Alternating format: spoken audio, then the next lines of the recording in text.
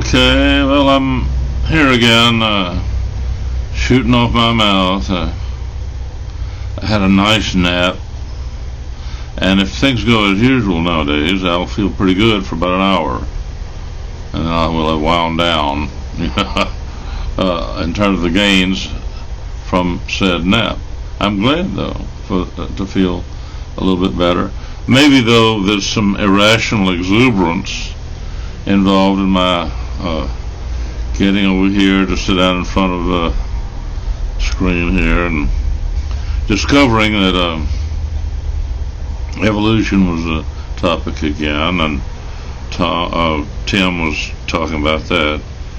No sooner did I comment than did he start in on what I said, but so I turned that off. I'm annoyed by that in that context. But so I don't know whether he actually said much or not. But anyway, moved on to find that McConnell has attacked Schumer for Schumer's calling for an election in Israel. That the idea is that hyperventilating about anything or everything or only a few things. I don't know. I didn't really look for many answers. I just got the impression he said that anybody hyperventilating about calling elections is wrong to do so. Well, you know, the U.S. has that thing on the book about who can and cannot say something in the name of the U.S. government. And then there's a question about people who are in or of the U.S. government. Are all of them therefore enabled to speak officially? Well, of course not. And then, McConnell mentions U.S. policy. Not necessarily his policy, but U.S. policy is against what Schumer said. Well, then I don't expect to hear it, but I think what McCulloch was really interested in is starting some sort of hootenanny with all parties dancing around and carrying on. What a hoot for everybody, because certainly I know a lot of people who are perfectly prepared to argue that, shoveling, approximately 4.29% of the U.S. government revenues from taxes to Israel every year. That's one figure I've heard. 4.29% of the U.S. Treasury intake is sent to Israel every year, without question. Just a slush fund. Now, some say that figure cannot be verified. I'm the first to admit that it can't. I can't even tell you where that came from, but that's the number I heard about a long time ago. I say a long time ago, during the last 5 years. 4.29% is just sent over there for their use. Well, if anything like that is true, you could quibble over the math, but if anything like that really is sent over there, a decisive amount of money, right? Well, that's what we're really talking about. If a game-changing amount of money is sent to Israel every year with no strings attached, I would say that's, so many people who suffer so greatly in the hands of captive agencies, such as would regulate this place out of existence. But, of course, that's a different story. But anyway, so, with, let's say, 4.29%. Now, what that, some other people can do the math, and maybe the percentage is wrong or right, or maybe it's, an insidious kind of report or study or conjecture. It's still enough to, in effect, to tell people in Israel what to do. And it turns out what they do is turn around and buy all they can from the U.S. government that will enable them to fight off people they don't like. And who's to say who they don't like? Who has a place on this earth that would legitimate their telling Israelis who to like and who not to like? And so on and so forth. Well, what I'm saying is, now's the time. The starting gun, filled, what do they put in those things? Does the business end of one of those starting guns actually contain anything but maybe a wad of paper or something that helps make the noise? Anyway, McCulloch has already shot that,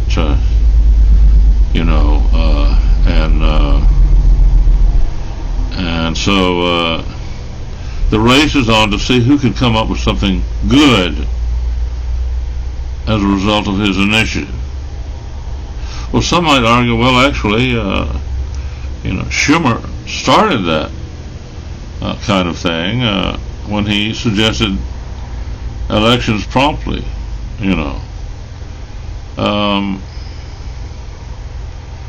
was that a better move than McCulloch following up by maybe starting a kerfluffle about who can say what? Are we talking again about free speech or the lack of it in some abstruse way?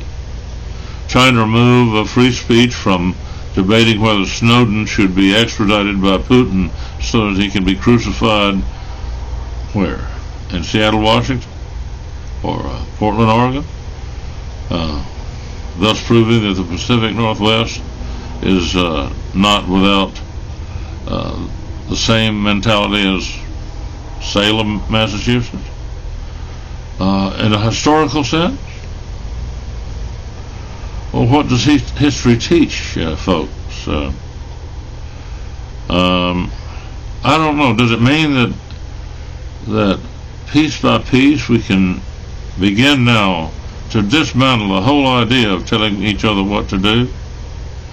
Well, it seems that the problem there is that you'd have to tell people what to do if they're dismantling what people have already said to others about what they should do. I'm wondering, well, I tell you, I told you earlier that, I might have an hour left as a result of having had a good nap. But I don't know. All this stuff about, it's just too much for me, I know that in a way that only confirms what people have said. They've told me, look, what you say about these things is such that I really ought to be shut up one way or another. That comes from people who are thought to be geniuses. Never mind any black box. Never mind what people know that maybe aren't known by any number.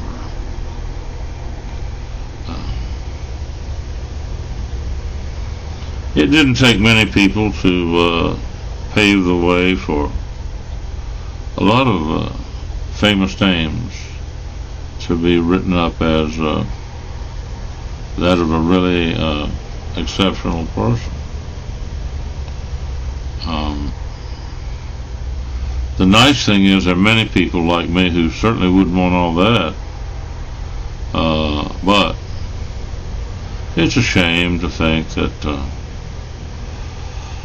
I've been robbed of everything in a very methodical, almost epic way, but with no one able to do any better than what they've done. So among those who give advice, I have to think, well, now, somewhere along the way for me to suffer bad luck, or what would you say? I don't know, but there must be some advice given along the way, guidance, or what? by people who are, shall we say, hypocritical.